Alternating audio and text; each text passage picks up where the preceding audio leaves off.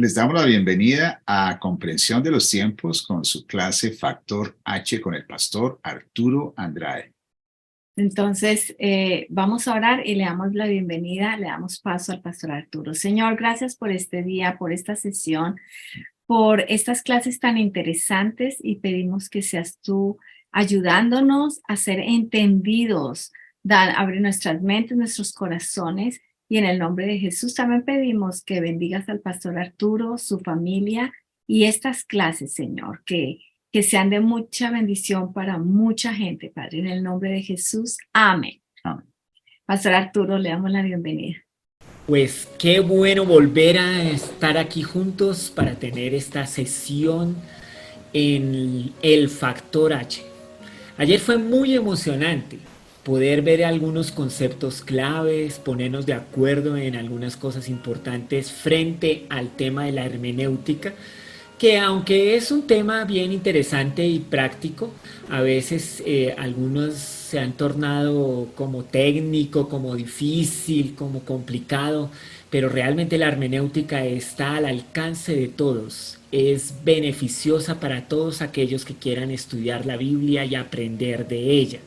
Entonces hoy vamos a comenzar nuestra sección 2 con algunos principios orientadores. Vamos a mirar 10 principios orientadores para el estudio de la Biblia. Aquí tienes como una infografía con los 10 compilados, pero entonces nosotros vamos a mirar uno por uno en esta noche. Vas a darte cuenta que no es tan difícil y que hay mucho ejemplo en la palabra de Dios para que nosotros podamos entrenarnos en esto. Y luego se vuelve tan intuitivo, se vuelve tan parte de nuestra lectura que aplicamos estos principios casi sin darnos cuenta. Y esto nos ayuda también para prevenirnos o advertirnos frente a los falsos maestros y las falsas enseñanzas, que vamos aplicando este factor H, estos principios orientadores en una manera tan natural que nosotros vamos a ser beneficiados en nuestro estudio. Pero entonces vamos a iniciar, como dice la escritura aquí en Hechos 8, 26, 35. En sus cartillas de participante, ahí tienes esta lectura. En cuanto a Felipe, un ángel del Señor le dijo: ve al sur por el camino del desierto que va de Jerusalén a Gaza. Entonces él emprendió su viaje y se encontró con el tesorero de Etiopía, un eunuco de mucha autoridad bajo el mando de Candace, la reina de Etiopía. El eunuco había ido a Jerusalén a adorar y ahora venía de regreso. Sentado en su carruaje, leía en voz alta el libro del profeta Isaías. El Espíritu Santo le dijo a Felipe: acércate y camina junto al carruaje. Felipe se acercó corriendo y oyó que el hombre leía al profeta Isaías. Felipe le preguntó: ¿entiendes lo que estás leyendo? El hombre contestó: ¿y cómo puedo entenderlo a menos que alguien me explique? Y le rogó a Felipe que subiera al carruaje y se sentara junto a él. El pasaje de la escritura que leía era el siguiente: como oveja fue llevado al matadero, y como cordero en silencio ante sus trasquiladores. No abrió su boca. Fue humillado y no le hicieron justicia. ¿Quién puede hablar de sus descendientes? Pues su vida fue quitada de la tierra. El eunuco le preguntó a Felipe: dime, ¿hablaba el profeta acerca de sí mismo o de alguien más? Entonces, comenzando con esa misma porción de la escritura, Felipe le habló de la buena noticia acerca de Jesús. Estas son las palabras de Dios en el libro de los Hechos, capítulo 8, versículo 26 al 35. Y es importante este tema para nosotros hoy, porque este encuentro fue propiciado por el Espíritu Santo. Estos dos hombres se encontraron porque el Espíritu Santo fue quien actuó de manera soberana para juntarlos. Un hombre en su carro, un hombre educado, un hombre influyente, bien ubicado, un alto funcionario, un hombre que venía a Jerusalén por una necesidad espiritual. Él quería adorar. un hombre que tenía tanto interés en las cosas de Dios que invirtió de su dinero para comprar un rollo, algo escaso, costoso, seguro difícil de conseguir, pero él lo tenía en su poder. Además de que no solamente lo poseía, sino que lo leía con atención. Y claro, él llega a un pasaje en el rollo, en Isaías, que le causa muchísima intriga, porque él es un funcionario, pero es eunuco, es estéril por causa de su función pública. Y lee aquí de un hombre quien es cortado, humillado, llevado al matadero, no le hacen justicia. Y luego dice aquí Isaías, ¿quién puede hablar de sus descendientes? Y para este hombre la intriga era total. ¿Cómo se habla de alguien y de su descendencia? Se identificaba tal vez con esta lectura, pero no podía comprenderla. Definitivamente él muestra su necesidad a Felipe diciéndole, no lo puedo entender.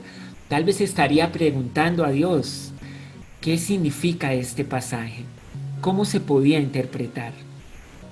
Y aquí llega un creyente sensible a la voz del Espíritu Santo, escucha ese llamado, se acerca al carro y juntos empiezan a conversar.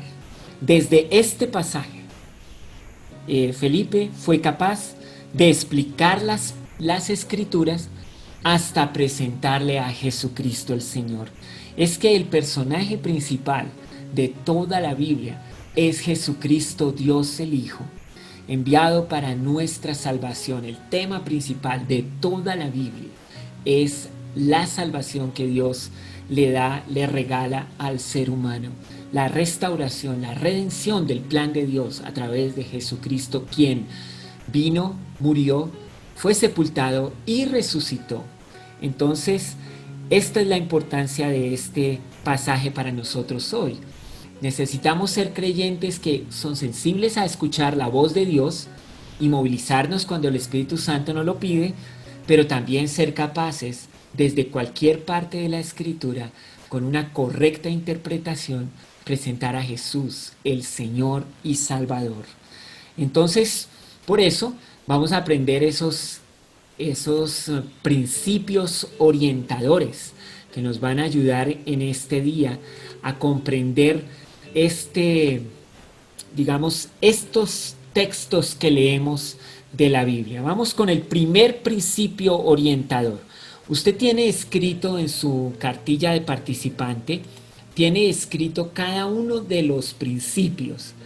Y bueno, cuando yo estudiaba este tema y me acercaba al tema, pues yo estudié en mi instituto bíblico con un libro que se llama Claves para la Interpretación Bíblica de Tomás de la Fuente.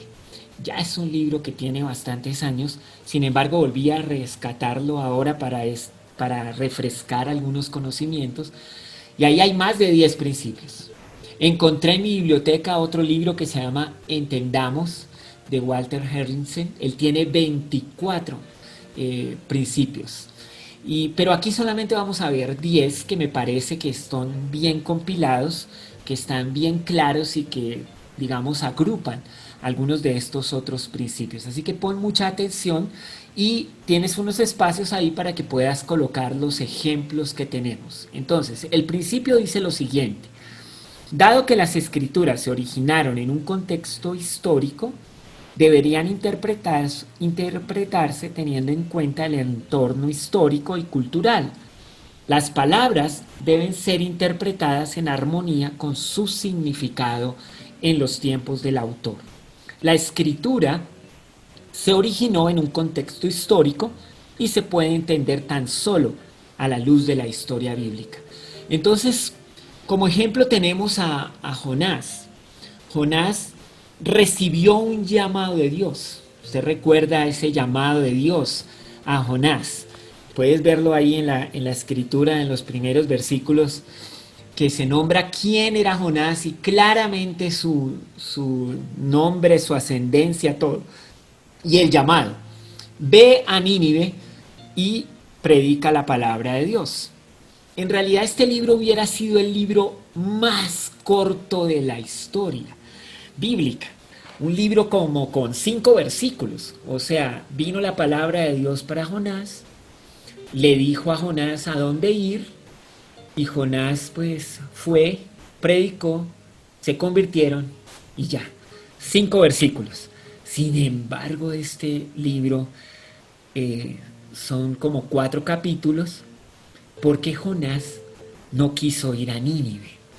Y aquí viene entonces el primer principio orientador para entender plenamente por qué él no quería ir a Nínive. Entonces debemos investigar un poco la historia de los asirios en relación con Israel.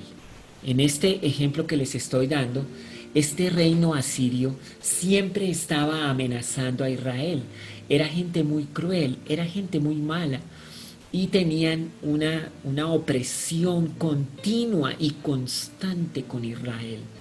Los israelitas sentían tal amenaza y tal miedo por este imperio asirio que básicamente experimentaban gran rechazo por esta cultura y por estas personas. Entonces, cuando un israelita muy nacionalista, muy de su casa, muy de su pueblo, escucha que debe ir a esta capital de Asiria, Nínive, a predicar o a proclamar el mensaje que traía juicio de Dios, pues no estaba muy animado, porque lo que realmente él quería en su corazón es que el juicio de Dios viniera sobre Nínive, sobre Asiria, y más bien Dios los destruyera. Y este hombre de Dios se imaginaba que si llegaba y proclamaba este juicio y estas personas se arrepentían, Dios extendería misericordia, y es lo que pasó. Por eso la escritura que tiene su contexto, que tiene su ancla en un momento muy particular de la historia, donde se vivía culturalmente de una forma, la cosmovisión incluía elementos muy particulares. Estudiarlos nos ayuda a entender las motivaciones de los personajes bíblicos, el llamado con mayor claridad, y de allí podemos nosotros interpretar sanamente, correctamente esta palabra. Hoy sería el equivalente. Entonces uno dice, bueno, ¿cómo sería hoy? Porque entonces ya nos damos cuenta la dificultad que tenía Jonás. ¿Será que hoy también tenemos dificultades cuando se trata de proclamar la palabra de Dios?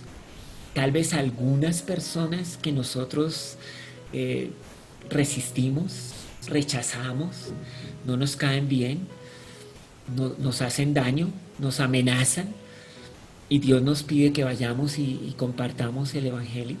Bueno, ahora podemos entender un poco los sentimientos que Jonás tenía o se despertaban en él por causa de este llamado. Entonces este es el primer principio orientador. No te olvides, hay que ver todo este contexto. Ayer hablamos de la exégesis y vimos los diccionarios bíblicos, vimos los mapas de las tierras bíblicas. Hay una geografía, hay un uso y costumbre. Todo eso lo puedes consultar y aprender.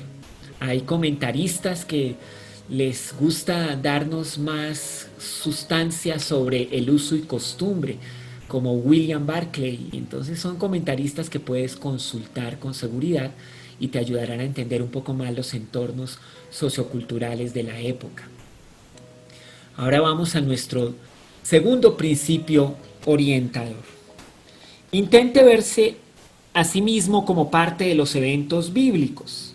Reviva la historia como si usted estuviera allí. Entonces, por ejemplo, aquí tenemos el ejemplo, la carta a los hebreos. Esta carta a los hebreos presenta en toda su extensión que lo mejor es Cristo. Lo mejor es Cristo. Cuando lo habían perdido todo y eran expulsados de las sinagogas, estaban sin templo, sin sacerdote, sin sacrificio, se sentían como muy abandonados, dejados por causa de Jesús. Recibían a Jesús los hebreos y los echaban de su casa, no les daban entrada a la sinagoga. Ellos sentían una pérdida real. Algunos perdían sus trabajos, las comunidades judías se integran mucho.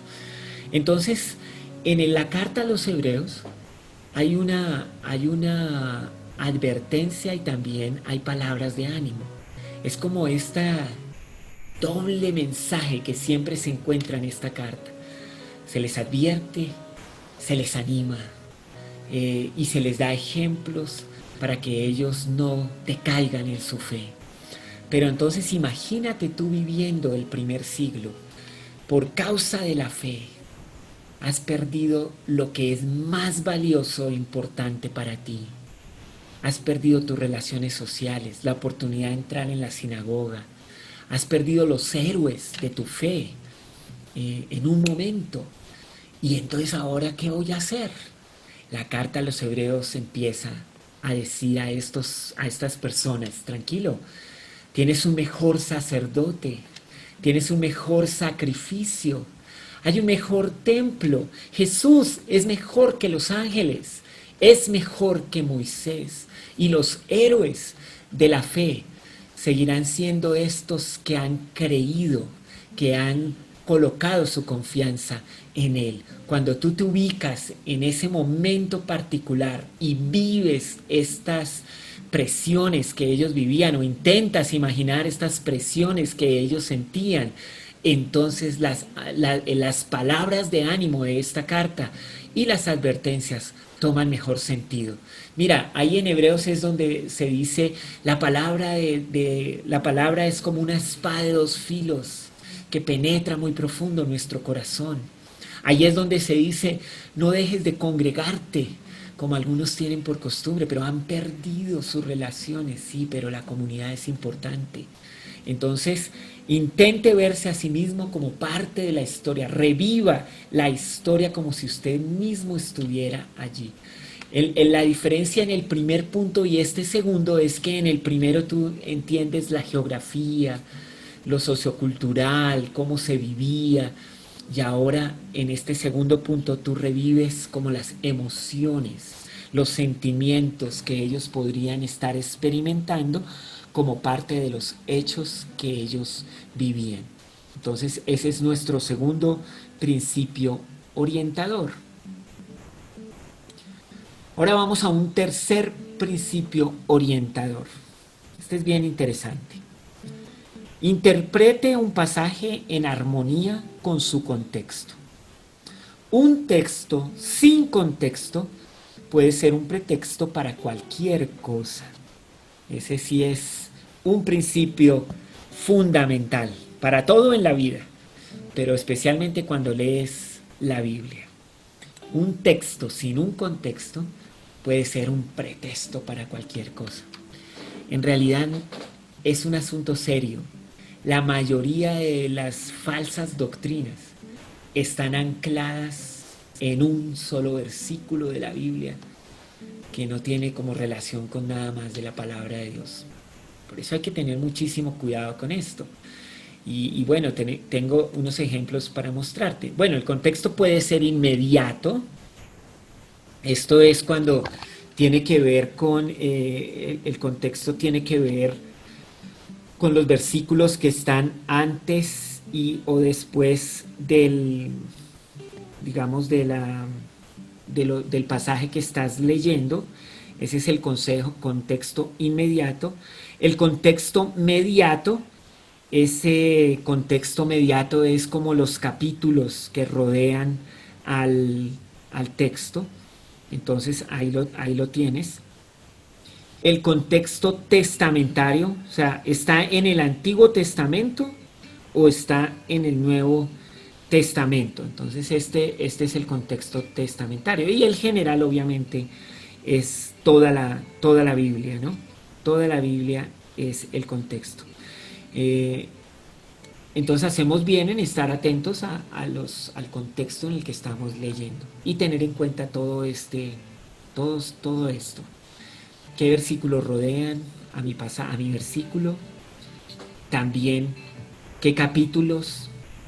en qué libro se encuentra. Mira, cuando estás leyendo el libro de los jueces, por ejemplo, hay unas historias allá que uno dice, Dios mío, pero ¿cómo hacían esto? Pero cuando tú lees todo lo que pasaba en todo ese libro, era que no había mucha luz en cuanto a escuchar a Dios o lo que Dios anhelaba. Hacían lo que podían, lo que más o menos les llegaba como una luz pequeña, en eso se movían, pero no tenían una luz muy amplia en cuanto a la voluntad de Dios, como nosotros tenemos, por ejemplo. Entonces, eso en cuanto a los contextos, ¿no? Vamos a ver ejemplo también acá. Juan 3:26. Podría dar a entender que Jesús bautizaba en agua. Entonces vamos a leer este Juan 3:26. Y vinieron a Juan, entonces los discípulos de Juan vinieron y le dijeron, Rabí, el hombre que estaba contigo al otro lado del río Jordán, a quien identificaste como el Mesías, también está bautizando a la gente y todos van a él en lugar de venir a nosotros. Y luego, pero ¿qué dice el contexto? Juan 4, 1 y 2. Jesús sabía que los fariseos se habían enterado de que él hacía y bautizaba más discípulos que Juan, aunque no era Jesús mismo quien los bautizaba, sino sus discípulos. Entonces, en Juan 3:26, pareciera que Jesús es quien bautiza a las personas. Como que si leemos solamente ese versículo diríamos, ah, mira, Jesús bautizaba a la gente. Pero luego cuando sigues leyendo el contexto mediato, porque hay otro capítulo, te das cuenta que quien bautizaba eran los discípulos. Entonces siempre hay que cuidar los contextos en los que nosotros estamos leyendo. Tengo otro ejemplo acá en Gálatas 4:3. Se habla de los rudimentos del mundo. Piénselo de la siguiente manera, dice Gálatas 4. Si un padre muere y deja una herencia a sus hijos pequeños, esos niños no están en mejor situación que los esclavos hasta que se hagan mayores de edad, aunque son los verdaderos dueños de todas las posesiones de su padre. Tienen que obedecer a sus tutores hasta que cumplan la edad establecida por su padre. El versículo 3. Eso mismo sucedía con nosotros antes de que viniera Cristo. Éramos como niños, éramos esclavos de los principios espirituales básicos de este mundo, los rudimentos del mundo. Sin embargo, cuando se cumplió el tiempo establecido, Dios envió a su Hijo, nacido de una mujer y sujeto a la ley. Dios lo envió para que comprara la libertad de los que éramos esclavos de la ley, a fin de poder adoptarnos como sus propios hijos. Y debido a que somos sus hijos, Dios envió al Espíritu de su Hijo a nuestro corazón, el cual nos impulsa a exclamar, Abba, Padre. Ahora ya no eres un esclavo, sino un hijo de Dios. Y como eres su hijo, Dios te ha hecho su heredero. Entonces, estos principios o rudimentos espirituales de este mundo se quedan atrás cuando nosotros venimos a Jesús y lo recibimos como Salvador. Así que ya podríamos explicar qué son los rudimentos del mundo que hay que dejar. Pero necesitas el contexto inmediato para poder interpretar un versículo como este de Gálatas 4:3. ¿Y qué tal si estamos leyendo el libro de Eclesiastés? Ese libro a algunos les gusta, a otros se acercan a él tímidamente. Es un libro muy interesante, el libro de Eclesiastés. Yo creo que es un libro para leer en estos tiempos también. Pero cuando tú ves todo el libro bajo la perspectiva de Eclesiastés 1:3, que dice que todo es debajo del sol, que se repite como 30 veces en este libro, estableciendo el contexto para mostrarnos que todo debajo del sol es tan vacío, tan temporal, que tiende a destruirse, a acabarse. Entonces, cuando leemos este libro, realmente tenemos ya una perspectiva diferente. Así que el contexto de todo el libro nos ayuda para cada versículo que nosotros estamos leyendo ahí. Así que el contexto es muy importante a la hora de interpretar y a la hora de interpretar todo lo que llega a nuestras manos. Si nosotros solo nos quedamos con un versículo, es posible que cometamos errores en la interpretación. Bueno, vamos a ver el principio orientador número 4. Existe solo una interpretación de un pasaje y en general es literal. Si el texto tiene sentido literal, no busque un sentido figurativo. Y aquí pues una mención especial a las parábolas. Por lo general las parábolas pues enseñan una lección básica y central, pero existe mucha facilidad y aún fascinación por alegorizar cada aspecto del texto. La meta del intérprete más bien debe ser extraer correctamente esa lección básica y no caer en la trampa o en la fascinación de estar alegorizando todas las cosas que aparecen ahí en esa parábola. Por ejemplo, Agustín de Hipona, en su explicación de la parábola del buen samaritano, según la cual el hombre que iba de Jerusalén a Jericó representaba a Adán. Jerusalén es la ciudad de paz celestial, cuya dicha perdió Adán al pecar. Jericó simboliza la luna y esta a su vez significa la mortalidad del hombre, pues la luna nace, crece, mengua y muere. Los ladrones son el diablo y sus ángeles. Los golpes, la incitación a pecar. El despojamiento, la pérdida de la inmortalidad. La condición del herido que quedó medio muerto. El deplorable estado moral del hombre caído. El sacerdote y el levita, el sacerdocio y el ministerio del Antiguo Testamento, incapaces de salvar. El samaritano sería el Señor. Y bueno, imagínense, no tendríamos cómo acabar una parábola si cada elemento en ella tuviera como un significado. Y quizás por estar en este intento de ver cada detalle y aplicarle un significado, nos desviamos del propósito por el cual esa parábola fue dicha. Este modo de interpretar introduce un bosque de detalles, nos distrae más bien de lo importante y no deberíamos estar usando las parábolas de esa forma. Lo que te animo es para que cuando leas las parábolas puedas extraer la lección básica que ella quiere mostrarnos. Y generalmente, cuando fue dicha, Jesús dijo, o antecitos la narración dice, y para mostrarles este punto, le refirió esta parábola. Entonces uno tiene que aplicarse un poquito a ese contexto para que la parábola de verdad nos sea útil en su lección básica. También es muy importante que algunas parábolas están explicadas por el mismo Señor, entonces no vamos a buscarle sentido, o sea, figurado a lo que realmente es literal. Mira, si la Biblia dice que Jesús, frente a una multitud de 5,000 hombres, más mujeres, más niños, y Él les dio de comer a todos ellos, esto es así, fue así de literal, había esa multitud ahí, no era algo figurado.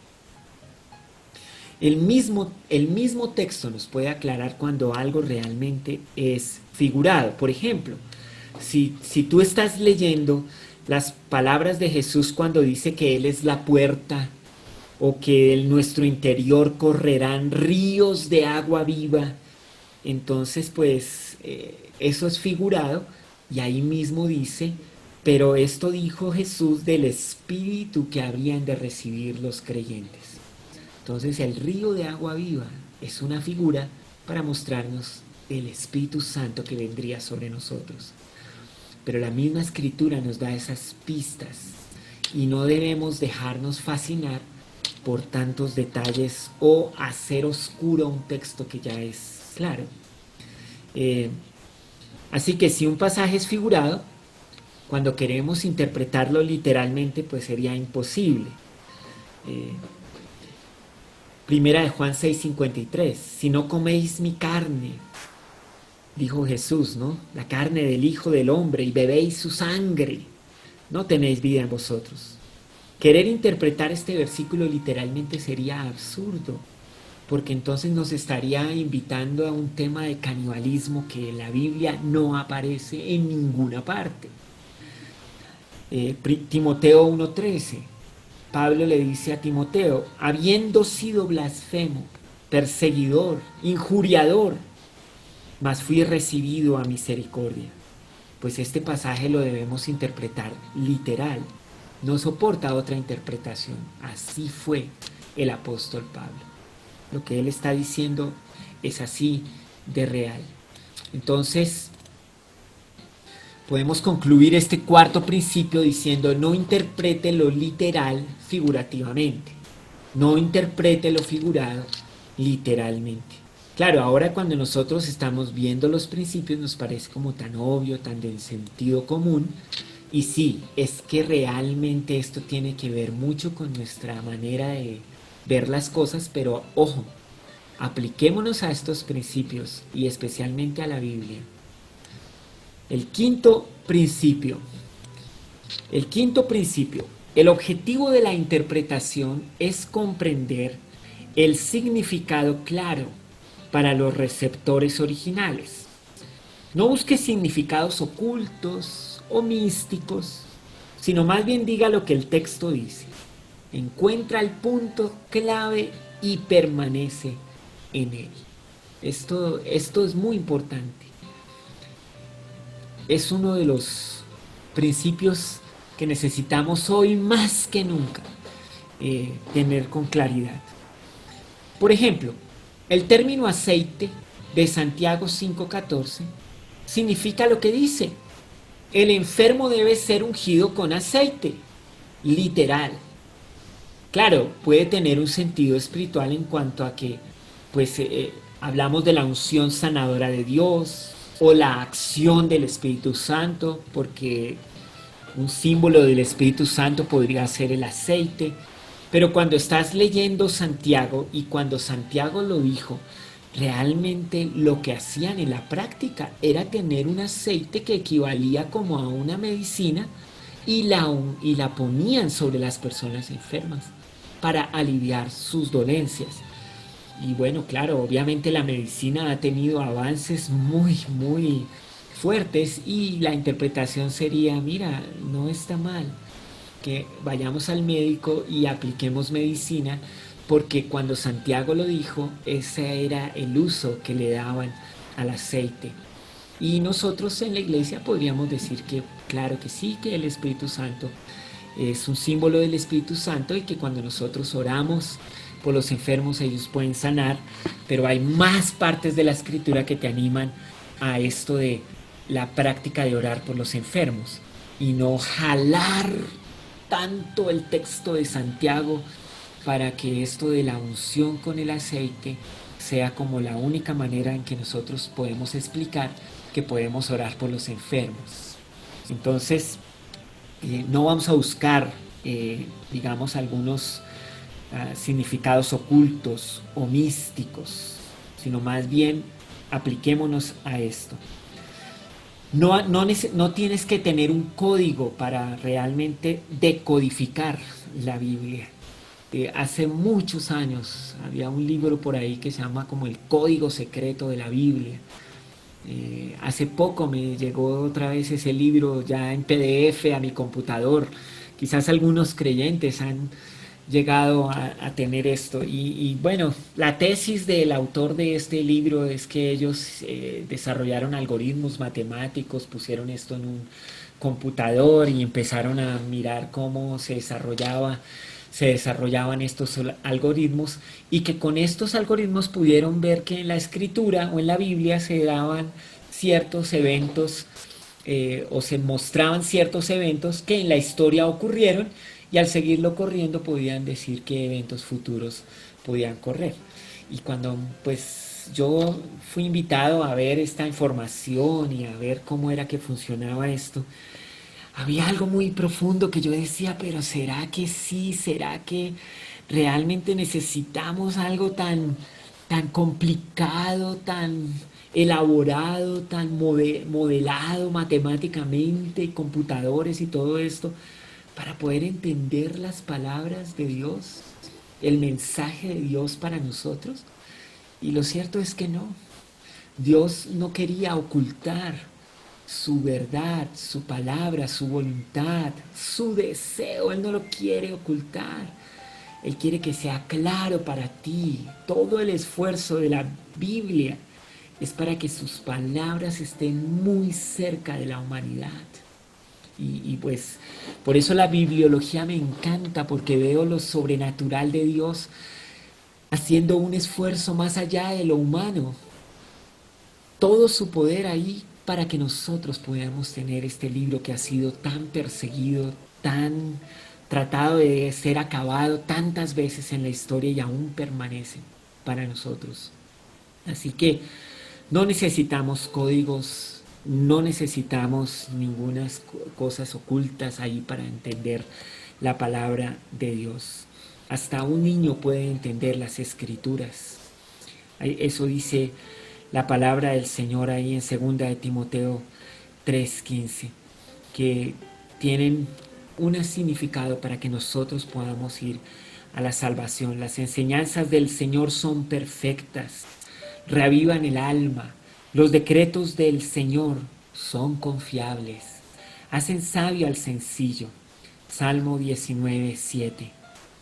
La enseñanza de tu palabra da luz, de modo que hasta los simples pueden entender.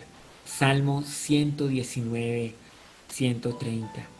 Así que este principio nos ayuda a no espiritualizar las palabras de un texto, a no darle a no tratar de pensar que esto es para gente muy iluminada y que solo los muy iluminados pueden comprender las palabras de Dios. Ayer vimos a quién ilumina el Espíritu Santo. A ver, ¿recuerdas a quién ilumina el Espíritu Santo? Si tienes la posibilidad del chat, me gustaría que tú recordaras a ver quiénes son los que ilumina el Espíritu Santo. Y no son a gente así como que hace modelos matemáticos o estudian en universidades bíblicas muy profundamente. A ver, ¿recuerdas a quién ilumina? Vamos a mirar algunas de estas preguntas en el chat. A ver, ¿quiénes son los que...? Ah, sí, a los humildes, claro que sí. A los obedientes y a los creyentes. Muy bien, están muy atentos.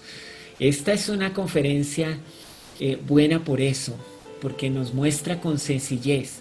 El Espíritu Santo ilumina al creyente, aquel que ha recibido a Jesús como Señor y Salvador. El Espíritu Santo ilumina al humilde, al que se acerca para querer aprender. Y también el Espíritu Santo ilumina al obediente, el que se acerca a la Biblia con el deseo de vivir y aplicar lo que aquí estamos nosotros viviendo.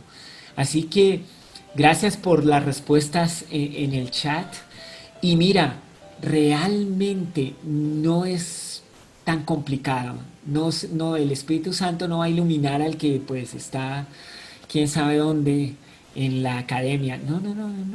Es para todos nosotros, los más sencillos y también los que tienen mayor recorrido en los temas académicos. Ni el uno ni el otro tienen menos ni más del Espíritu Santo para comprender las palabras de Dios.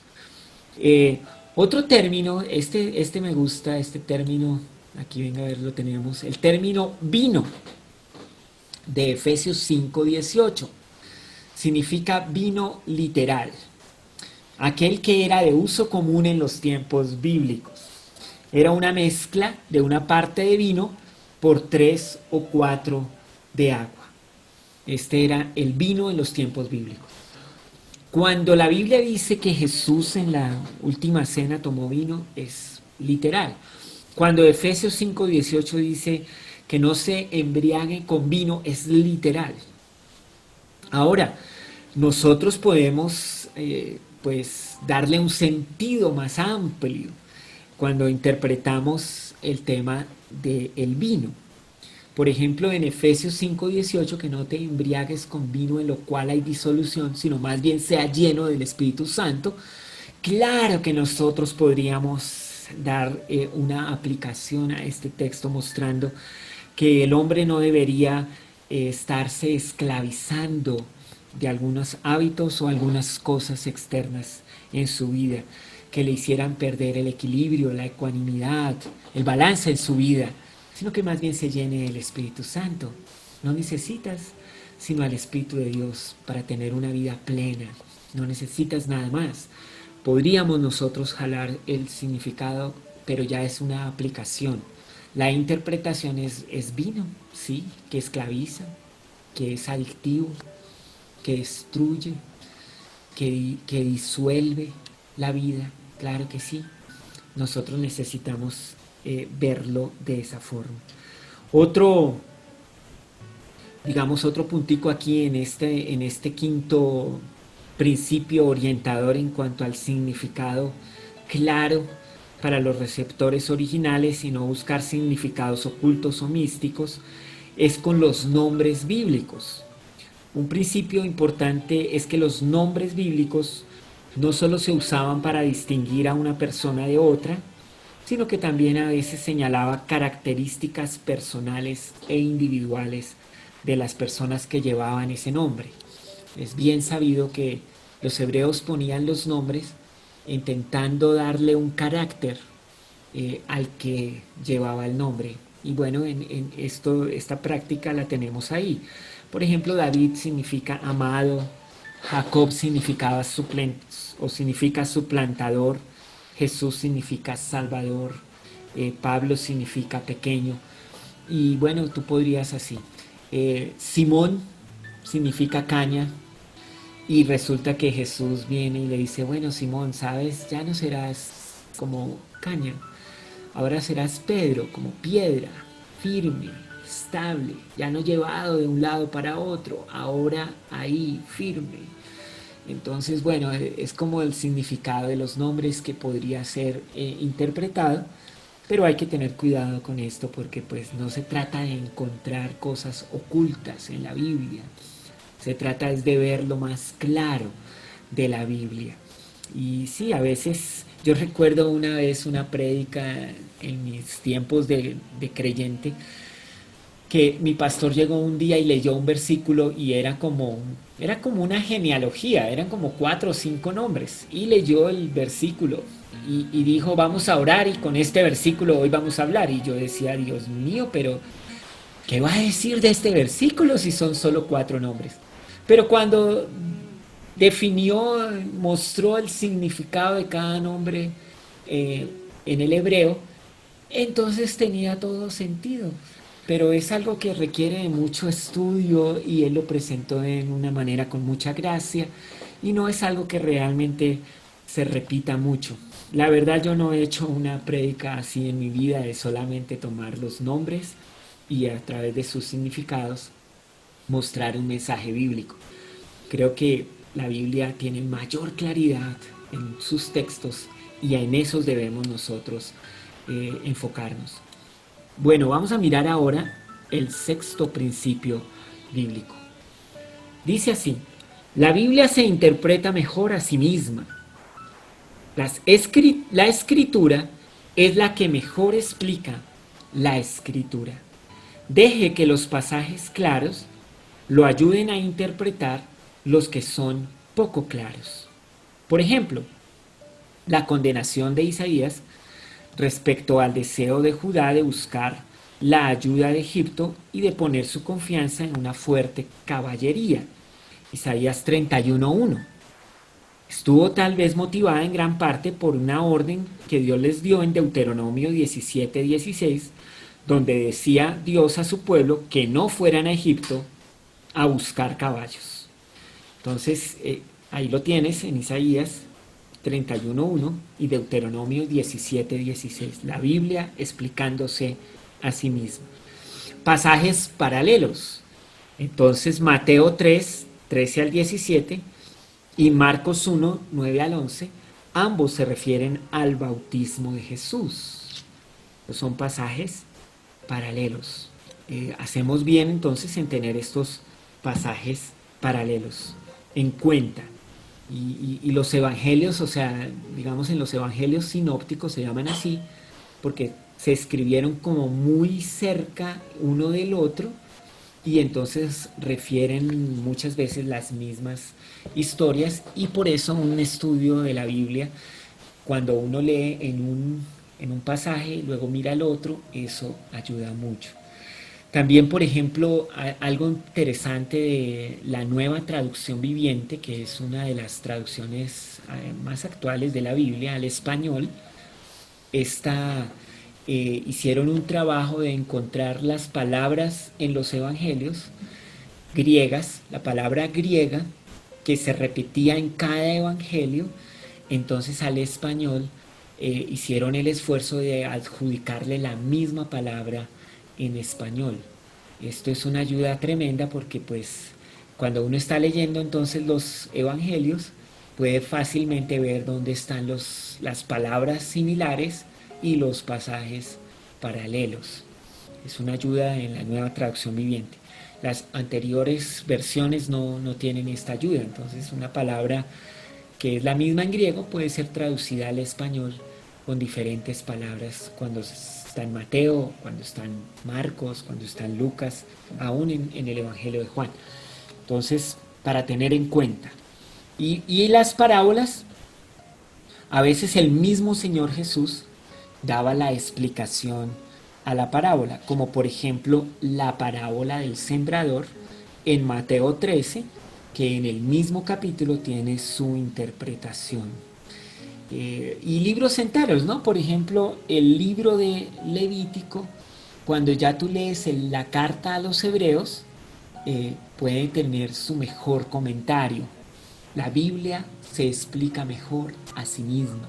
La Biblia se interpreta mejor a sí misma. Pasajes paralelos en los libros de Reyes, Crónicas, Primera, Segunda de Samuel, a veces se refiere la misma historia, hay que leerla y así vamos a tener mayores detalles que enriquecen nuestra lectura bíblica. Entonces, aplícate a eso. En tu Biblia, y eso es lo interesante de la Biblia de papel, que entonces tú tienes tu Biblia y cuando vas leyendo y encuentras un pasaje paralelo, pues puedes hacerle una nota. En la Biblia digital, la ventaja es que tú puedes buscar rápidamente los pasajes paralelos porque tú dices, bueno, este pasaje, y ahí te refieren dónde se encuentra. Entonces, aprovecha los recursos que ahora tenemos para esto. Bueno, vamos ahora a nuestro séptimo principio orientador. En general, las porciones didácticas o las de enseñanza de la Biblia prevalecen sobre las porciones narrativas en el establecimiento de la interpretación y la doctrina.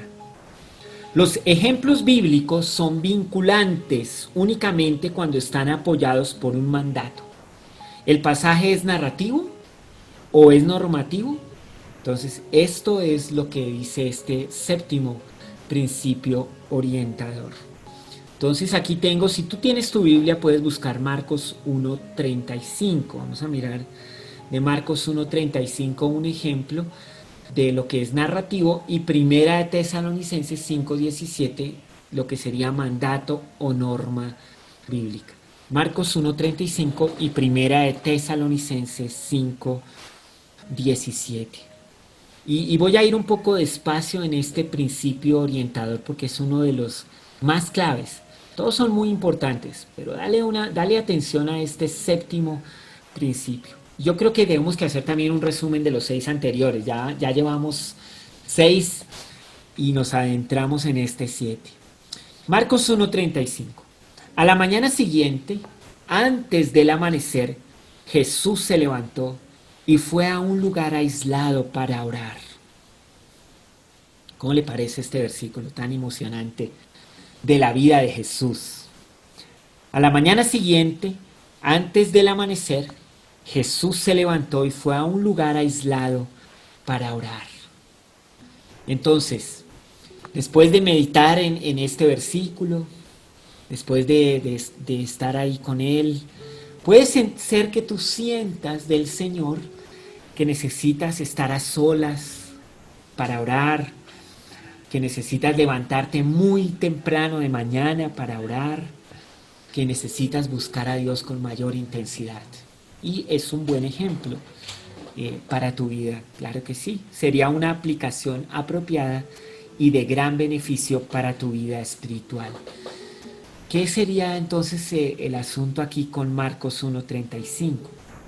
Que si yo tomo esta aplicación que es muy personal y muy inspiradora del ejemplo de Jesús y trato de aplicárselo a otras personas, entonces ahí es cuando estoy tomando un texto de la narrativa de la Biblia para ponerlo como si fuera una norma o un mandato bíblico. Y ahí es donde entra en choque este principio orientador con la práctica de interpretar correctamente. No puedo hacer de una narrativa un mandato. ¿Es buen ejemplo? Sí. ¿Es inspirador? Sí. ¿Es beneficioso? Sí. Pero no necesariamente se debe aplicar a todas las personas. Ponle cuidado, ¿qué tal si entonces yo pienso, no, esto es muy bueno, muy importante, entonces ahora voy a levantar a mis hijos adolescentes a las 4:30 de la madrugada para que oren conmigo porque Marcos 1:35 se nos volvió una norma a todos los creyentes de la casa? Pues mis hijos van a estar protestando que cómo así que a las 4 de la mañana orar, eso va a ser una guerra total, una pelea, y yo les impongo esto es mandato de Dios. Jesús oraba antes de que el sol saliera, nosotros tenemos que... Y entonces vuelvo a algo que es de la narrativa, un mandato. ¿Y dónde está entonces el mandato? ¿Es que orar no es un mandatorio? Sí, pero entonces mira Primera de Tesalonicenses 5:17. La Biblia dice aquí en Primera de Tesalonicenses 5:17, nunca dejen de orar. El mandato sería no dejes de orar, pero no indica una hora específica, no indica una duración específica, no indica una metodología específica. Lo mandatorio, lo normativo en la Biblia, aquí, que es muy bueno, es que nunca dejemos de orar. Pero puede ser a la medianoche. Algunas personas realmente la noche es su mejor momento en la vida. Es donde están más lúcidos, es donde pueden hablar con mayor claridad, es donde escriben sus mejores ideas. ¿Qué tal si a esa hora mejor oran a Dios y le piden que les ayude y les enseñe y les muestre? Seguro que Dios va a hablar con ellos. ¿Sabe? Yo me imagino lo siguiente. Yo creo que en el cielo no hay un gran reloj para ver Dios a qué horas le llegamos a su presencia, ¿no? Y qué tal un ángel allá, digamos, no sé con qué tecnología. Entonces me levanto y llego a orar y ahí me registran. Arturo Andrade llegó a las 7:35 de la noche a orar porque está en medio de una conferencia y necesita la gracia de Dios. Y estoy diciendo, Señor, ayúdame. Y entonces allá me registran. No, yo no creo que sea así. La verdad, la eternidad está definida porque no tiene calendario, no tiene horario, no hay un gran reloj. Dios te recibe a la hora que tú estés ahí dispuesto para ir donde Él. Esto es lo mandatorio. Nunca dejes de orar. Nunca, nunca. Y como sea eso en la madurez que tú vas desarrollando en tu vida cristiana, esto un día ya no se vuelve un tema ni de calendario, ni de horario, ni de día. O sea, ya no estoy marcando si oré 10 minutos, 5, 3 horas, o si fue muy de madrugada, o si fue al anochecer. Pero hay una gran tendencia a que a veces algunos pasajes de la Biblia, de la narrativa, se vuelvan como normativos o mandatorios, y no deberíamos hacer eso, sino que más bien busquemos la norma, el mandato expreso en la Biblia y de ese le saquemos las aplicaciones que queramos. Otro ejemplo sería alegorizar nuevamente historias bíblicas, no solo como las parábolas, sino también a veces estas historias bíblicas narrativas tratamos de darle alguna énfasis mandatorio. Por ejemplo, cuando el incidente del siervo de Abraham y fue al pozo y allá encontró a Rebeca para que fuera esposa de Isaac, ¿no?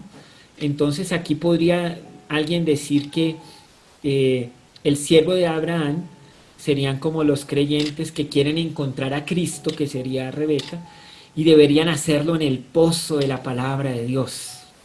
Y bueno, eso no es una falsa doctrina, pero ya usted se da cuenta que Moisés no quería decir eso cuando escribió el incidente del siervo de Abraham en la búsqueda de una esposa para el hijo de su señor. Entonces, ojo con eso, no hagamos tanto énfasis en cosas narrativas para encontrar mandatos o normas.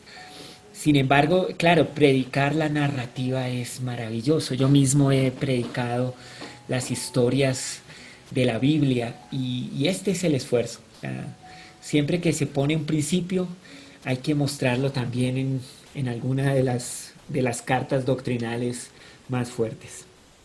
Bueno, espero que sea claro para ti ahora este principio y lo apliques en tu vida o cuando tú estés escuchando algún tipo de predicación o leyendo algún tipo de libro, date cuenta que es un ejemplo y que es un mandato o una norma. Vámonos ya al octavo principio orientador.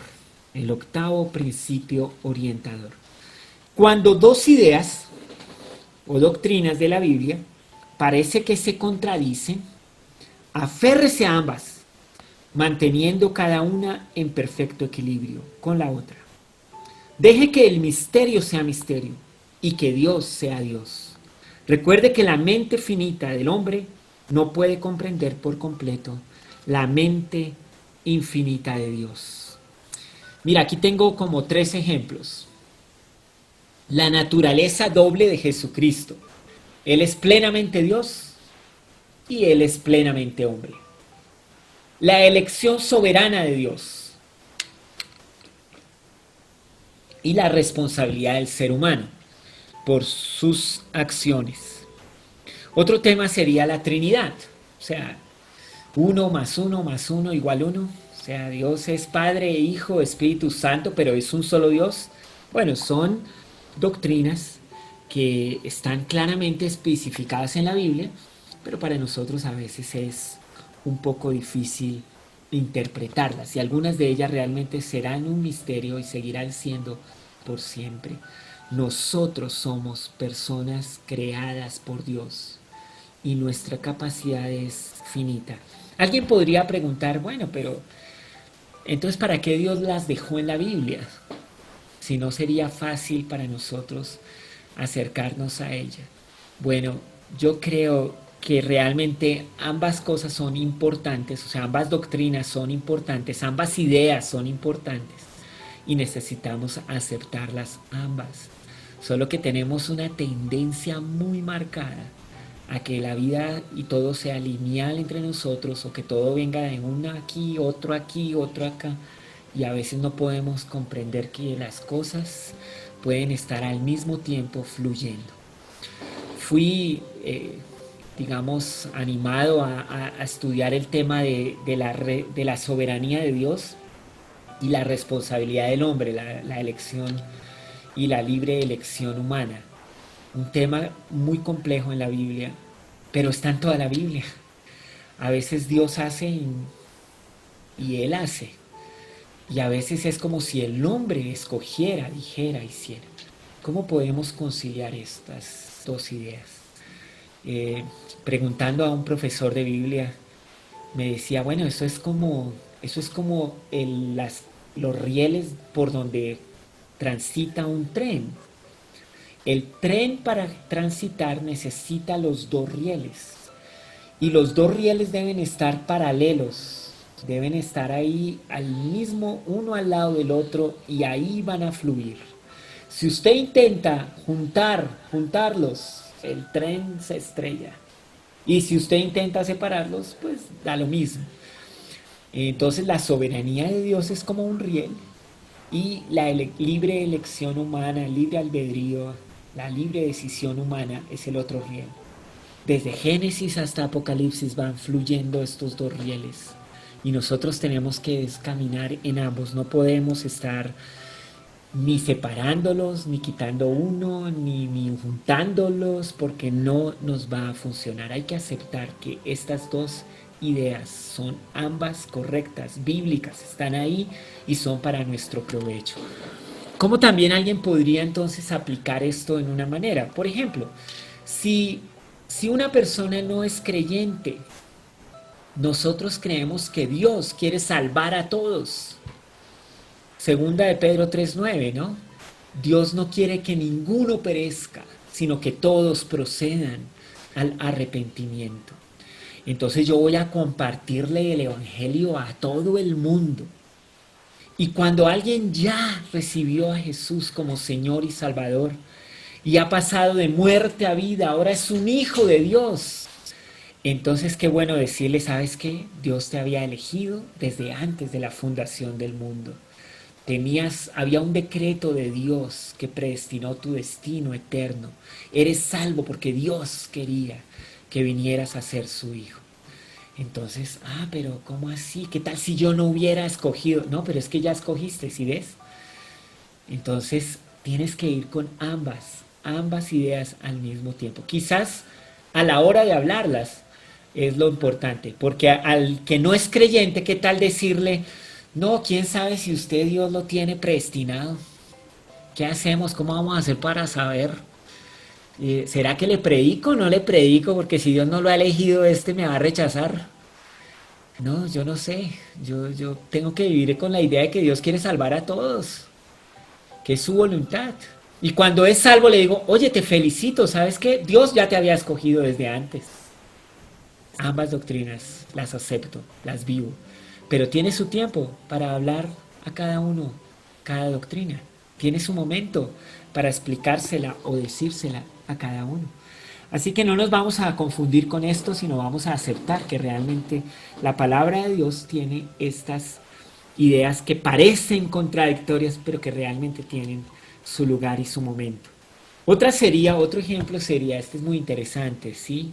El apóstol Pablo escribió y dijo, el justo por la fe vivirá. Y esto está escrito en el Antiguo Testamento.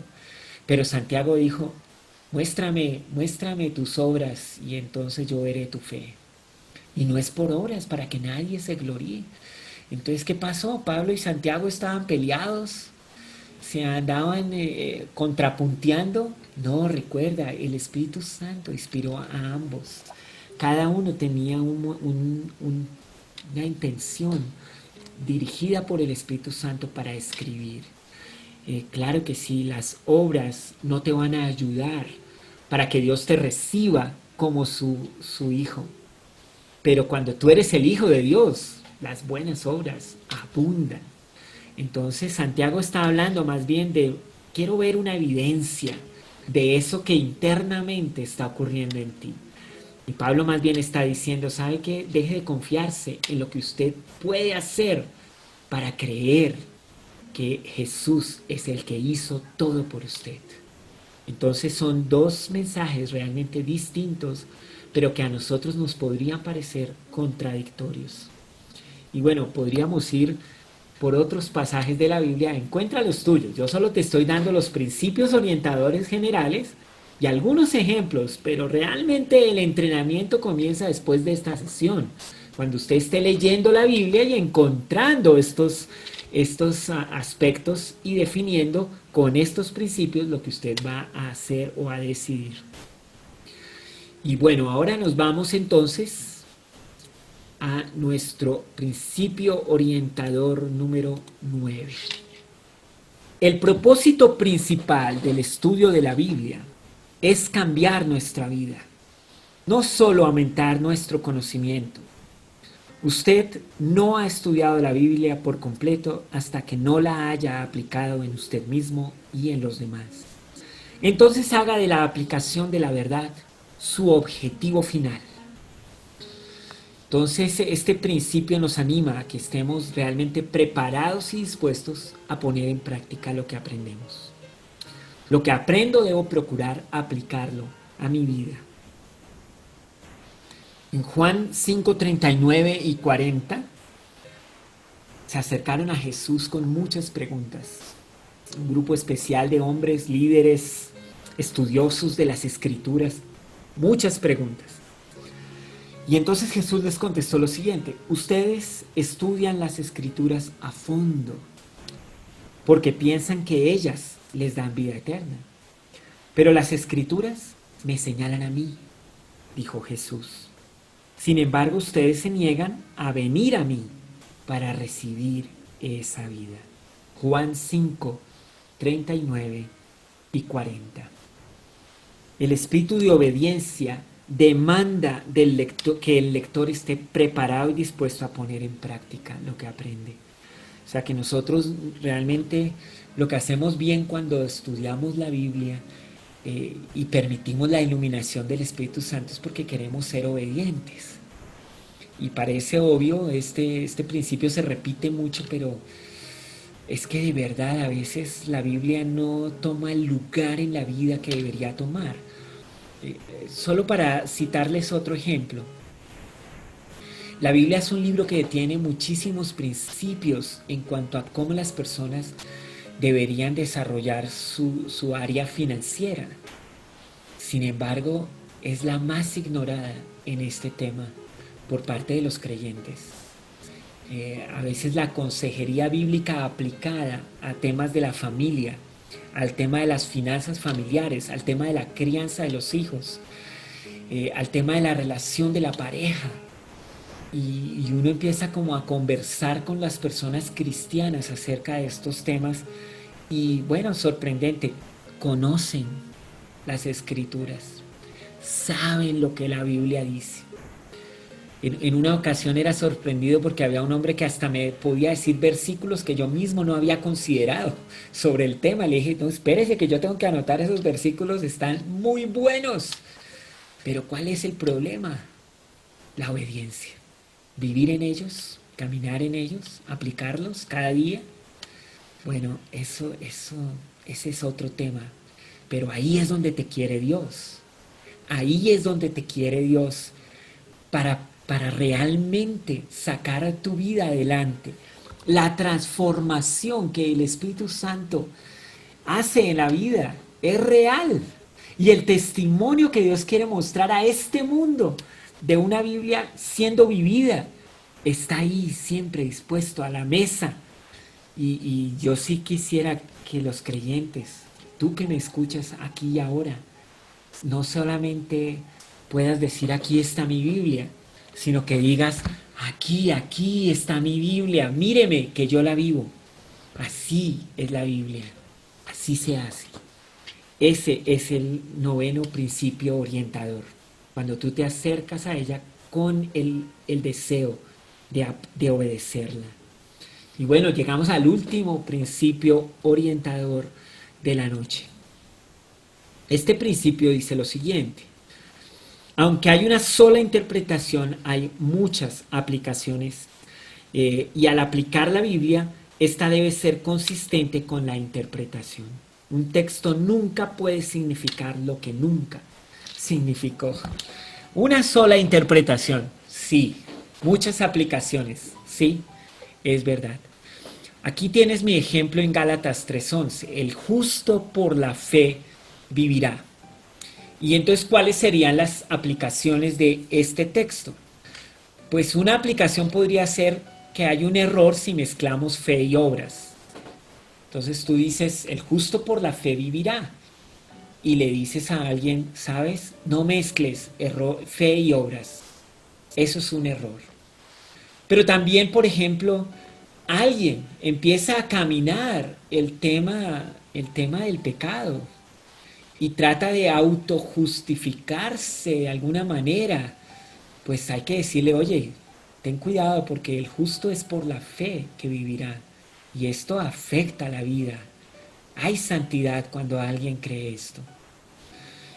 O también hay un creyente que ya está en su lecho de muerte y vamos a visitarle y a consolarle. Podemos orar por sanidad, pero también es bueno decir, ¿sabes una cosa? Tú has creído en Jesús, tú has creído en Dios, el justo por la fe vivirá, no temas, Dios está de tu lado. Entonces mira que hay diferentes momentos para aplicar este versículo, pero una sola interpretación. Siempre seguirá siendo la misma interpretación, aunque lo apliquemos de manera diferente. Así que de esta forma nosotros llegamos aquí a estos 10 principios orientadores. Mi ejercicio de esta noche tiene que ver con este último principio orientador, y es que una sola interpretación, una sola palabra y muchos digamos, aplicaciones. Entonces tengo un ejercicio que tenemos acá sobre una palabra que se usa en el Nuevo Testamento, una palabra griega que se usa en el Nuevo Testamento y es la palabra zars. Entonces déjame poner esto acá. Voy a compartirte mi pantalla para que miremos este ejercicio práctico. ¿Está listo para el ejercicio práctico? Bueno, antes de compartirte mi pantalla y ir al ejercicio práctico, ¿por qué no coloca en el chat uno de los principios orientadores? Coloque uno de los principios, de los 10 principios orientadores que hoy vimos, ¿por qué no coloca uno de esos? Aquí tengo para mostrarte esta infografía con los 10. Claro, ustedes ya dicen, muy hábilmente puede ir y buscar uno de esos y mirarlo, ¿no? Pero escriba alguno de esos, lo que aprenda aplíquelo, claro que sí. ¿Quién más se anima aquí a escribir en el chat? Los principios, sí, esto de la norma y la narrativa, hay que tener cuidado en este, es un buen principio, qué bueno que lo tienen claro. Un texto sin contexto puede ser un pretexto para cualquier cosa. La Biblia se interpreta mejor a sí misma o se explica mejor a sí misma. No, ustedes son muy buenos en esto. Voy a compartirles mi pantalla para el ejercicio. Aquí están viendo mi pantalla. Aquí tenemos la palabra carne, que la palabra griega es la palabra zars. Y pues vamos a mirar, no se puede explicar todos los sentidos de una palabra encontrados en los siguientes pasajes a un solo pasaje bíblico. Entonces aquí tengo una lista de 9 versículos o pasajes bíblicos y en todos se encuentra esta palabra zars o una derivación de esa palabra en el griego, que es traducida al español como carne, aunque las nuevas traducciones ya no la traducen diferente. Entonces, vamos a mirar acá esta palabra en Juan 6:53. Entonces, aquí la tengo, Juan 6:53. Vamos a ver. De cierto os digo, si no coméis la carne del Hijo del Hombre y bebéis su sangre, no tenéis vida en vosotros. El que come mi carne y bebe mi sangre, tiene vida eterna y yo le resucitaré en el día postrero. Entonces, aquí cómo podemos ver el uso de la palabra carne. La Nueva Traducción también usa la palabra carne, a menos que coman la carne. Entonces, ¿cómo podemos usar o ver el uso de esta palabra carne? Ahorita vamos a mirar, porque aquí tienes más pasajes. Bueno, ¿qué dice 1 Corintios 15:39? Si tienes la Biblia podrías buscar ese 1 Corintios 15:39. No toda carne es la misma carne, sino que una carne es la de los hombres, otra carne la de las bestias, otra la de los peces y otra la de las aves. Entonces, ¿qué diferencia hay entre esta carne acá y la que habla aquí 1 Corintios 15:39? Entonces usted ya puede estar viendo que hay una diferencia, y es una diferencia grande. ¿Cómo la traduce la Nueva Traducción? Hay diferentes clases de carne, lo mismo, está en la misma, pero esta es distinta aplicación a esta. Lucas 24:39. Bueno, en Lucas 24:39 ya vemos un diferente uso de esa palabra. Mirad mis manos y mis pies, que yo mismo soy. Palpad y ved, porque un espíritu no tiene carne, ni huesos, como veis que yo tengo. ¿Cómo es traducida en la Nueva Traducción? Dice, no tiene cuerpo. Entonces aquí carne lo traducen cuerpo. Aquí como que no toda carne es la misma carne, parece que es lo mismo, ¿no? Carne, cuerpo. Y aquí la carne del Hijo del Hombre y la sangre. Entonces podríamos decir acá ya preliminarmente que aquí estamos hablando como de comer la carne, sería como creer en Cristo. Y aquí entonces ya estamos viendo que comer la carne es como carne cuerpo. Aquí también pues podríamos decir que es carne cuerpo. Hechos 2:26. Bueno, vamos a ver Hechos 2:26. Por lo cual mi corazón se alegró y se gozó mi lengua, y aún mi carne descansará en esperanza. Bueno, y aquí mi cuerpo descansa en esperanza. Entonces podemos ver que es lo mismo, es carne, cuerpo. Efesios 2:16. Y mediante la cruz reconciliar con Dios a ambos en un solo cuerpo. Pues aquí ya vemos una diferencia. Aquí ya vemos una diferencia en el uso de la palabra carne. La palabra está en griego, pero no la traduce en cuerpo. Un solo cuerpo. Pero ¿qué cuerpo es este? Dos pueblos en un solo cuerpo, matando las enemistades. Bueno, aquí parece que entonces ya tenemos un uso diferente de esta palabra. Cuerpo como algo corporativo. Un uso distinto. Efesios 5:29. Porque nadie aborreció jamás su propia carne, sino que la sustenta y la cuida. Aquí nadie odia su propio cuerpo, carne, cuerpo. Yo no sé si ya estás notando que la nueva traducción, un español nuevo, ya pone el asunto diferente, ¿no? Ya lo traduce distinto. Todas como que nos traducen carne, pero ya aquí en esta le dan el sentido de cuerpo, hablando de nuestro cuerpo físicamente.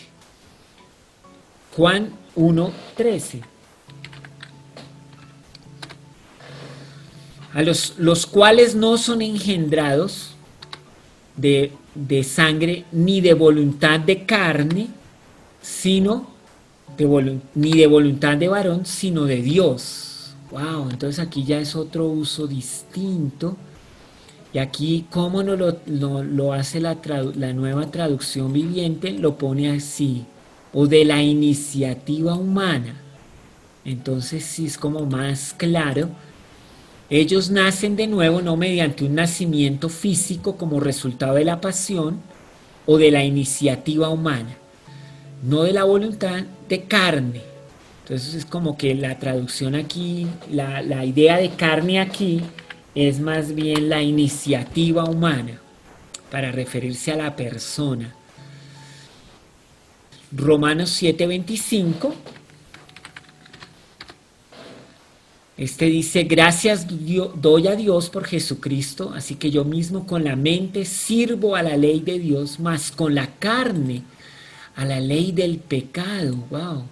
Esta carne, ¿a qué se refiere? Esta es una de las que ha sido más difícil de traducir. La palabra griega es la misma. Nos lo tradujeron como naturaleza pecaminosa. Como esa naturaleza muy profunda del ser humano que lo está jalando hacia el pecado. Entonces aquí está traducido como naturaleza pecaminosa. Entonces podríamos decir acá que aquí carne se refiere a naturaleza pecaminosa. Y bueno, en el último también, en el último, Gálatas, digo pues, andad en el Espíritu y no satisfagáis los deseos de la carne. Entonces, carne. Aquí nuevamente vamos a mirar el término que se refiere a la naturaleza pecaminosa. La naturaleza pecaminosa. Es como la que está refiriéndose aquí la Biblia. Entonces, vamos a decir lo mismo. Se refiere carne a la naturaleza pecaminosa. Y bueno, este es solo un ejemplo de que te des cuenta como una palabra griega, SARS, también a veces soma, como aquí en Efesios nos traducen cuerpo como soma, pero resulta que tiene diferentes sentidos de acuerdo al contexto. Entonces, un ejercicio para que tú veas que realmente es muy importante tener esta claridad de cuando buscamos una palabra que no necesariamente significa lo mismo todas las veces que la encontremos. Con este ejercicio pretendía mostrarles que los principios orientadores son muy importantes para que nosotros podamos realmente disfrutar de un acercamiento a la Biblia bueno, correcto, saludable, y de esta manera pues también, como vimos ayer, no solamente beneficio personal, sino ser advertidos de falsa enseñanza, falso maestro, y tenemos ahí la ayuda de nuestro Dios para esto. Bueno, con esto termina mi parte. Si hay preguntas, este es el momento para que las podamos resolver con la ayuda de Dios, claro que está. Pastor Arturo, una pregunta que surge, y gracias por esos 10 puntos excelentes. Imagínate que en un momento de mi vida fui a una iglesia y el pastor dijo que iba a orar porque en ese momento el Espíritu Santo le iba a inspirar lo que iba a decir. Estamos hablando de un momento inspirativo para una prédica y pues ese es el primer punto. ¿Qué opinas de esas inspiraciones o por lo menos qué recomendación tienes? Y la segunda es respecto a que él empezó a predicar y empezó a predicar de Filipenses 4:13, hablando de las palabras, todo lo puedo en Cristo que me fortalece, y empezó a hablar del evangelismo, empezó a hablar de la motivación y empezó a hablar que nosotros deberíamos todos tener una vida de empuje y hacia adelante, utilizando la palabra, todo lo puedo en Cristo que me fortalece. Entonces lo pregunto porque es muy común entre nosotros, a veces, pues no sé si se llama improvisación o lo que sea, y usar ciertos versículos de manera coloquial. ¿Cuál sería tu opinión? Sí, muchísimas gracias. Qué pregunta tan buena, porque realmente con ella uno podría aquí tener todo el tema amarrado en una sola práctica, ¿no? Pues yo personalmente creo que si un creyente es aplicado en el estudio de la Biblia, si un creyente está entrenándose continuamente, diariamente, ejercitándose en disciplinadamente estudiar la palabra de Dios, aprenderla, tomar de ella, vivirla en obediencia, y como dijimos, siendo iluminado por el Espíritu Santo, que ilumina al creyente, al obediente, al humilde. Entonces, claro que sí, en algún momento de la conversación, los creyentes pueden tener palabra uno al otro, según la práctica de Colosenses 3:16. ¿Hay alguno que aquí tenga un salmo, tenga un himno, tenga una palabra, Pero obvio que sí, debería ser algo muy común en la comunidad de los creyentes que todos tuvieran una palabra de Dios para decir a otro, porque la están viviendo, la están obedeciendo, la están disfrutando. Y anhelamos ver más iglesias con esta práctica, con este desarrollo en la vida cristiana. Claro que sí. Ahora, si a ti te dan la oportunidad, o a mí, o a ti, amigo, hermano creyente, te dan la oportunidad de dar una palabra y te dicen con tiempo, te preparan una agenda y te dicen, mira, tal día vas a tener la oportunidad de decir algo para nosotros de parte de Dios, pues obviamente esto debería permitirme tener una preparación mejor o mayor, orar, decir a Dios qué quieres decir a las personas a través mío, qué es lo que tu palabra para este momento particular y esta comunidad es importante. Entonces el desarrollo de la preparación no excluye la inspiración que viene por parte del Espíritu Santo para que nosotros podamos presentar su palabra adecuadamente. Debe haber un balance entre ellas. Siendo una persona que pues continuamente estoy exponiendo la palabra de Dios, claro que sí hay momentos donde uno llega todo preparado y de repente el Espíritu Santo dice, esta comunidad necesita esta palabra, hay que ser abiertos a esto. Pero la mayor parte del tiempo es mejor que yo esté preparado, porque de antemano Dios también me lo puede decir. Mira que Dios es soberano, lo sabe todo, todo adelante, atrás. Ahora, ese es un punto.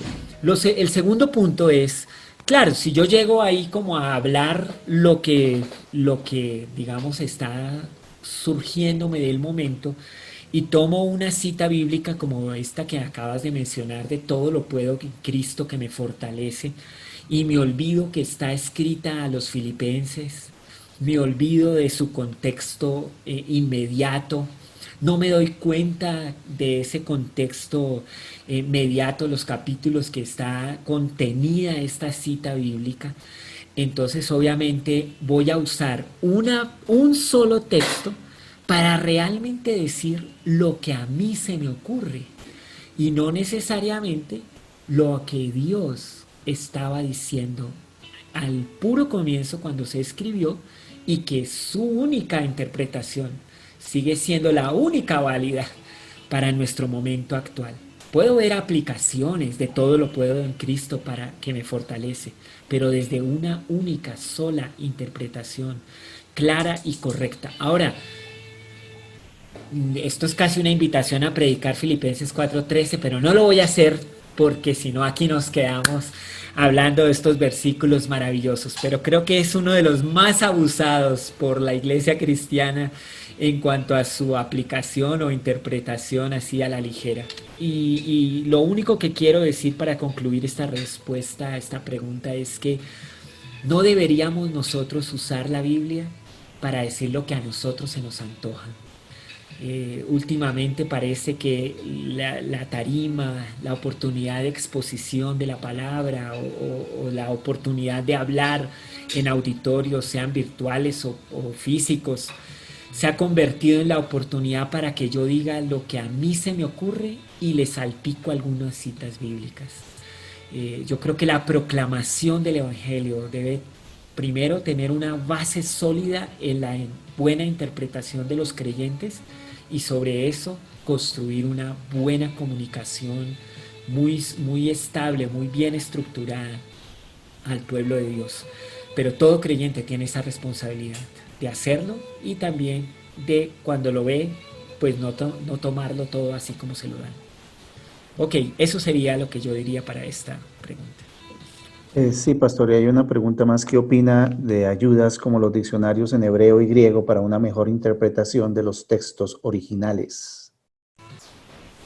Sí, eso, digamos, lo que ha ocurrido cuando empezó el tema de la traducción de la Biblia al español o al inglés moderno, actual, entonces comenzó también una gran controversia entre los creyentes en cuanto a qué traducción es la mejor, en cuanto a mejor usar esta traducción que esta otra. Y bueno, empezó una gran lucha entre los creyentes porque pues amamos ciertas traducciones de la escritura. Yo me convertí con una traducción y la amo, la tengo memorizada. Cuando los versículos me salen de memoria, me salen en la Reina Valera de 1960. Es que no hay nada que hacer. He tratado de memorizar la Biblia en la nueva traducción viviente y que va, a la hora de la hora me sale en la Reina Valera. Pero ¿Qué es lo que es importante para decir en esto? Que estas traducciones están ancladas en un idioma original que no está cambiando. Y a Dios gracias, estas palabras claves de la Biblia se están colocando ya en libros que se compilan con ese propósito. Por ejemplo, hay uno muy bueno que se llama Diccionario de Palabras Griegas o Hebreas de un autor llamado Bain, y él puso las más representativas palabras. Si tú puedes darle una mirada a eso, incluso en el internet, pues vas a darle a tu conocimiento bíblico mayor profundidad, a tu estudio bíblico mayor profundidad. Entonces vale la pena contar con esos recursos, usarlos bien. Y yo me acuerdo un día que discutíamos con alguien sobre una palabra que estaba en la Reina Valera y yo la decía en la Nueva Traducción y me decían, pero es que esta dice así, pero esta dice asá. Y yo le dije, bueno, busquemos su original. Y cuando ya fuimos a la fuente original de la palabra, ni él, ni yo, ni nada que ver. Entonces nos dimos cuenta que el sentido original de la palabra en griego era mucho más profundo de lo que nosotros queríamos discutir acá.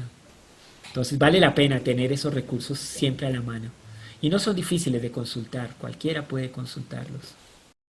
Bueno, muchísimas gracias, Pastor Arturo. Gracias por estar aquí y por darnos estas enseñanzas tan buenas. Entonces, los esperamos en la próxima clase y última clase de Factor H, hermenéutica, interpretación de la palabra de Dios. Que Dios les bendiga.